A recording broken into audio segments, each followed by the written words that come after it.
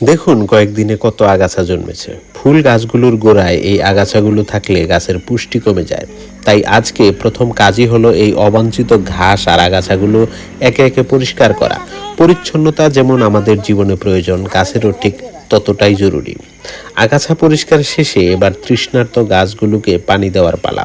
প্রতিটি গাছের গোড়ায় যখন পানি দেই মনে হয় ওরা যেন প্রাণ ফিরে পাচ্ছে। আমার এই বাগানে শুধু যে নানা রকম ফুল গাছই আছে তা কিন্তু নয়, পরম যত্নে বেশ কিছু ফল গাছও বুনেছি। গাছগুলোর এই বেড়ে ওঠা আর সবুজ পাতার দোলা মনকে এক নিমেষেই শান্ত করে দেয়। আজ বাগানের দিকে তাকালে বুকটা ভরে যায়। পুরো ছাদ জুড়ে যেন সৌন্দর্যের মেলা বসেছে। থোকা থোকা ফুল ফুটে আছে আর তাদের মিষ্টি সুবাস ছড়িয়ে পড়ছে চারদিকে। নিজের হাতে গড়া বাগানের এই রূপ দেখলে সব পরিশ্রম সার্থক মনে হয়। আমাদের এই ছোট ছোট প্রচেষ্টাগুলোই কিন্তু আগামী দিনে পৃথিবীকে আরো সুন্দর সবুজ করে তুলবে।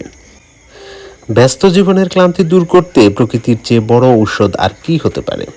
আর সেই প্রকৃতিকে যদি প্রতিদিন নিজের হাতের ছোঁয়ায় সাজিয়ে তোলা যায় তবে তো কথাই নেই। প্রতিদিনের মতো আজকেও আমি চলে এসেছি আমার প্রিয় ছাদ বাগানে। তবে আজকের দিনটা একটু বিশেষ, কারণ আমার সাথে আছে আমার স্কুলের ছোট ছোট প্রিয় শিক্ষার্থীরা।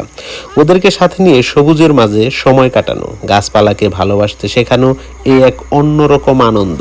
কেমন লাগলো আমাদের আজকের এই ছাদ বাগানের গল্প? কমেন্ট করে অবশ্যই জানাবেন। সবাই ভালো থাকবেন, সুস্থ থাকবেন আর গাছকে ভালোবাসুন। সবাইকে ধন্যবাদ।